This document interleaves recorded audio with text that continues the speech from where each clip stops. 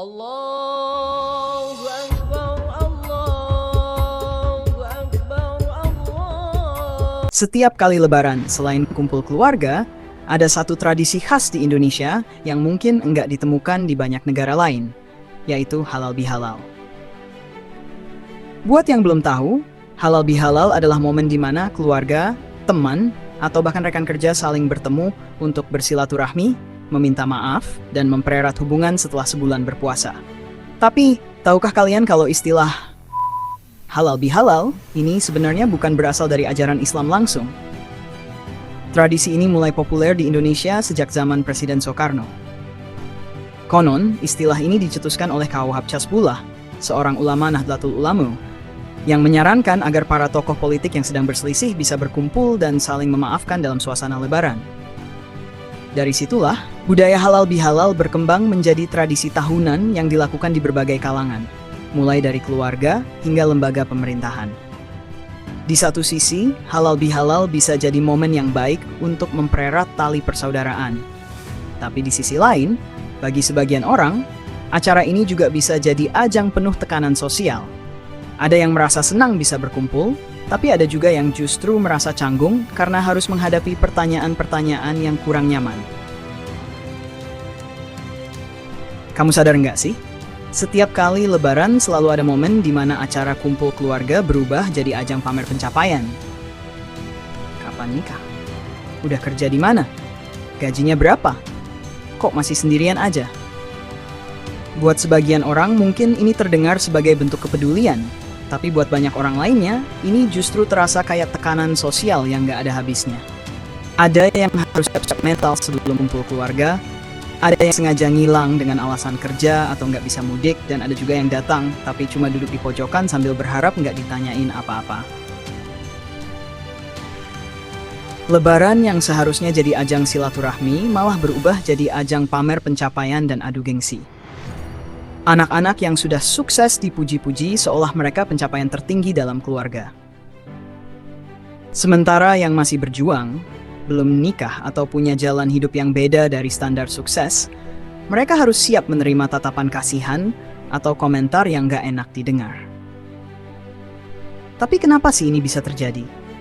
Kenapa Lebaran yang harusnya penuh kebersamaan malah sering jadi ajang kompetisi? Kenapa dalam setiap keluarga selalu ada orang yang merasa lebih hebat dari yang lain, atau merasa wajib mempertanyakan keputusan hidup orang lain?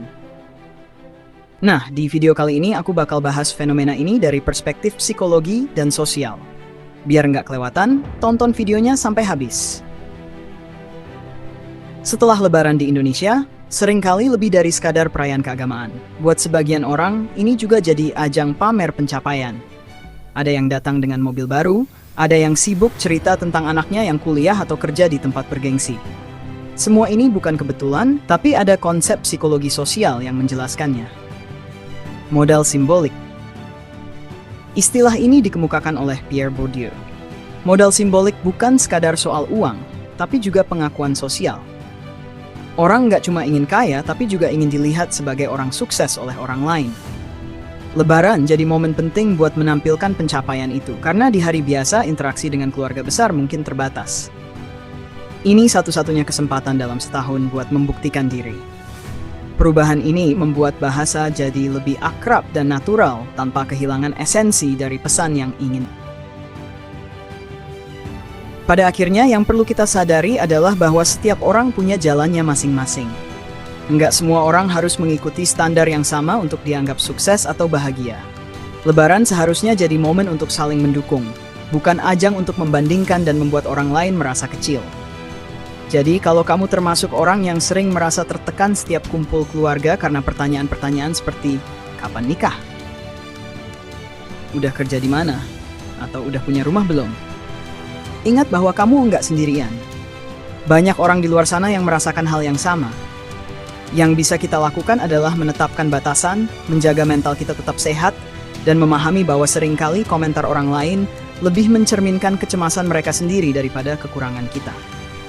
Kadang, orang-orang yang paling sering menanyakan atau membandingkan itu justru adalah mereka yang juga takut dinilai oleh orang lain. Jadi buat teman-teman yang ngerasa terbebani dengan pertanyaan-pertanyaan itu, Ingat bahwa hidup kamu adalah milik kamu sendiri. Kamu punya hak untuk menjalani hidup sesuai dengan apa yang kamu yakini dan apa yang membuat kamu bahagia. Kalau memang perlu, coba alihkan pembicaraan ke topik lain yang lebih ringan, atau bahkan bercanda santai untuk mengurangi ketegangan. Dan kalau dirasa sudah terlalu melelahkan, enggak apa-apa kok untuk menjaga jarak dan lebih memilih lingkungan yang mendukung kamu secara emosional. Intinya, Lebaran harusnya jadi momen untuk mempererat hubungan, bukan ajang untuk membandingkan pencapaian. Kalau kita bisa mulai mengubah cara kita berinteraksi di dalam keluarga, mungkin perlahan tekanan sosial ini bisa berkurang. Nah, gimana menurut kalian?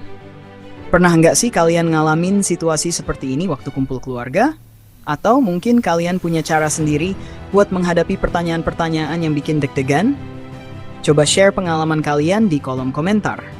Terima kasih sudah nonton video ini. Jangan lupa like, share, dan subscribe supaya kita bisa banyak topik menarik lainnya di video